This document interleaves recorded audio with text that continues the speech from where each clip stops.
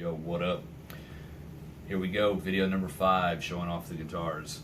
I wanted to show you one of my more weird guitars that I have. I think it's weird because I've never seen another one like it. And I don't pull this one out of the case very often. Actually, it hasn't been pulled out in probably about a year or so. And it only comes out when I want to show it off and brag about it. So I'm going to brag about it to you guys. Sound cool? All right, let's do this. Before I do that, thank you to everybody who watched my previous video with the Priestess, the Washburn guitar that I showed. I think we're sitting at just one view short of 300, and it had like almost 60 likes, which is pretty good. Thank you if you commented or if you liked it. Hey, you guys make it all worthwhile. Be sure to check out my YouTube page. The link is in the bio. Subscribe, follow this page here.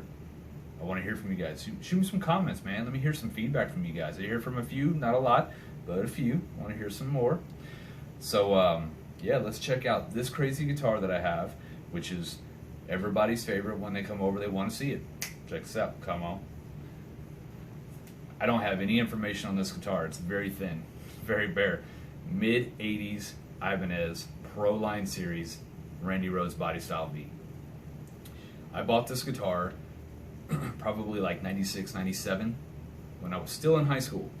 I bought it off of a friend of mine. Came with a hard shell form-fitted case.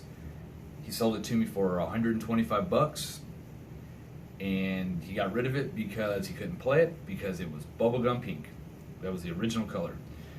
When I got it, it was bubblegum pink with metallic fleck, so it had sparkles. It was like a Twilight guitar. It sparkled. Or I'm sorry, it shimmered. That was what they call it, shimmering.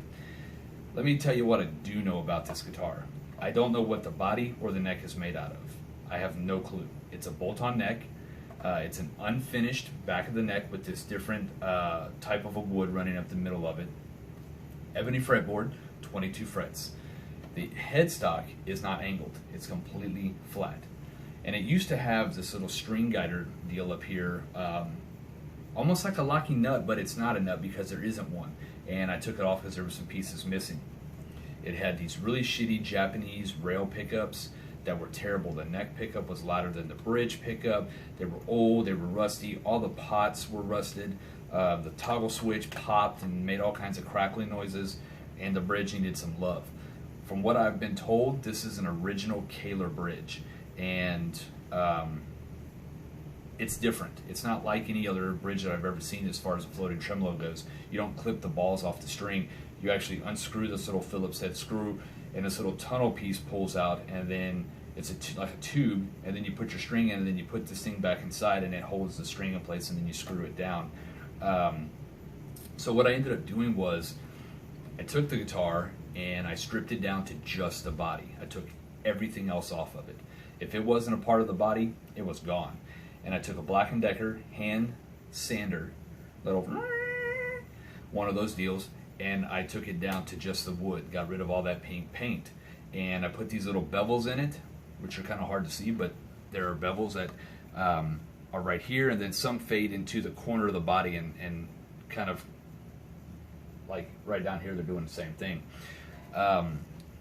Once I got it all sanded up the way that I wanted it to be, I went down and got a couple cans of furniture polish for like finishing furniture, and I got golden teak and dark walnut because I was trying to actually match the color of the neck, which I didn't quite do. Refinished it, and then I worked next to a cabinet finishing shop, and they were able to lacquer the body for me free of charge. Then what I did was I went down and bought an EMG 81 active humbucker, and it came with all new pots, new toggle switch, all the electronics. So I took it down to a shop and had them put it in for me. I left the neck pickup empty, so this is an empty cavity, there's nothing in there. And they dropped it down a half step and put 10s on it. This is actually a Japanese guitar. On the neck plate, it says made in Japan, right here. And the little strap deals right here are actually arrows. They're not pegs, or circular pegs, they're little arrows, which is different. The tone on this is super thin because there's not a lot of wood here, so it has like a very dry, very high mid kind of sound. there's just no bottom into it. There's no crunch, no, you know, it's just kind of whatever. But, you know, it's a cool conversation starter. When you pull this out and you show this to people, they're like, wow, that's fucking cool, man. I'm like, yeah, $125 right here. And I've never seen another one like this. I couldn't even find pictures of it on Google. I came pretty close, but I'd never found one like mine, not with the pink color. And it's interesting. It's different. I don't play it anymore. It stays in the case. It stays in the closet. It doesn't see any stage time. It doesn't get played on stage anywhere. It has never been any recording done with it. It's just been one of those things I just had. I just kind of held on to it because it was a cool little thing. Let me think. It's got a different feel on the strings. It's hard to explain. It feels different than any of my other guitars. And because originally it did not have an active pickup in it, they had to put the 9-volt inside the cavity here because I didn't want them drilling out a hole to put a 9-volt compartment in there. And that would have, you know, really messed with the tone. But, you know, it's whatever. And actually, when I did that, this is the original 9-volt battery that I put in it with the when I got it out of the shop. It's the same 9-volt because it doesn't get played, so it's still good, which is weird. That was 20 some odd years ago. I love the way that the top turned out. It looks really cool. I don't know if you guys can see the wood grain on that, but the grain on it's really nice. It's got a cool little design, and it's got a really nice little bit of it's got some like threads of gold in it with the color, which is really nice. But yeah, that's Ibanez Half V Pro Line series. I don't know what this guitar was worth back in the 80s. I don't know what the retail value on it was. I showed it to a buddy of mine, and he was like, dude, that's a hell of a find. That's really cool. We used to call it Pinky. We don't call it Pinky anymore. So there it is, you know. I don't know, man. This is just one of those crazy things that you just have. This is like something you would find in a pawn shop. And I bought it off of a buddy of mine, and I never got to show him what it looks like now. I'm sure he'd probably be a little bit jealous because it looks a lot different. And yeah, it's cool. It's got Ibanez tuners. That's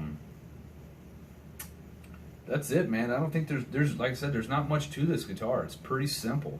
It's the only time I've ever seen Ibanez make a V, let alone a half V, a Randy Rhoads style. And I really loved that Jackson's Randy Rhoads body style back in the day. That was like all I ever wanted, and I could never get one, but this was the closest I ever came to it.